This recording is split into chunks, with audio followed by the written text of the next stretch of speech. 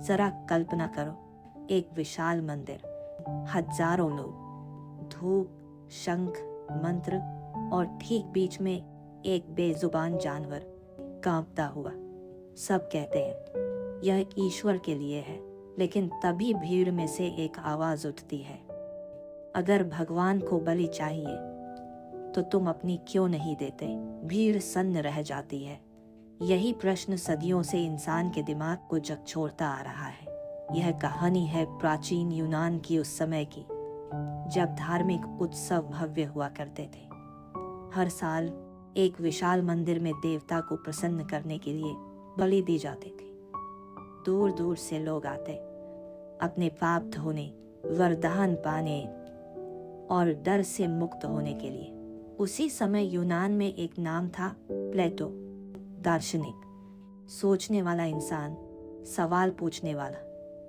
लोग कहते थे यह आदमी देवताओं से ज्यादा सवालों में विश्वास करता है। उत्सव का दिन। उस दिन मंदिर में एक निरीह पशु को लाया गया।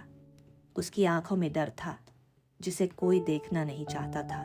एक पुजारी आगे बढ़ा, तलवार चमकी।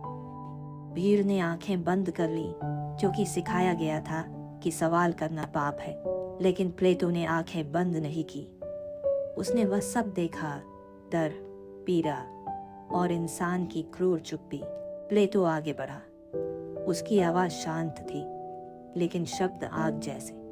उसने पुजारी से कहा, देवताओं को बलि चाहिए, यह तुम कहते हो, पर क्या कभी देवता ने तुमसे कहा कि निर्दोष को मारो? पुजारी बोला, यह परंपरा है। प्लेटो मुस्कुराया। परंपरा अगर अन्याय सिखाए तो क्या उसे पूजना भी धर्म है? भीड़ बेचैन हो गई। प्लेटो ने फिर कहा, अगर देवता सच में बलि से प्रसन्न होते हैं तो तुम अपनी बलि क्यों नहीं देते? तुम्हारे पास तो बुद्धि है, चेतना है। फिर यह पशु क्यों? क्योंकि वह सवाल नहीं कर सकता। यह सुनते ही मंदिर में सन्नाटा छा गया। भीड़ का सच।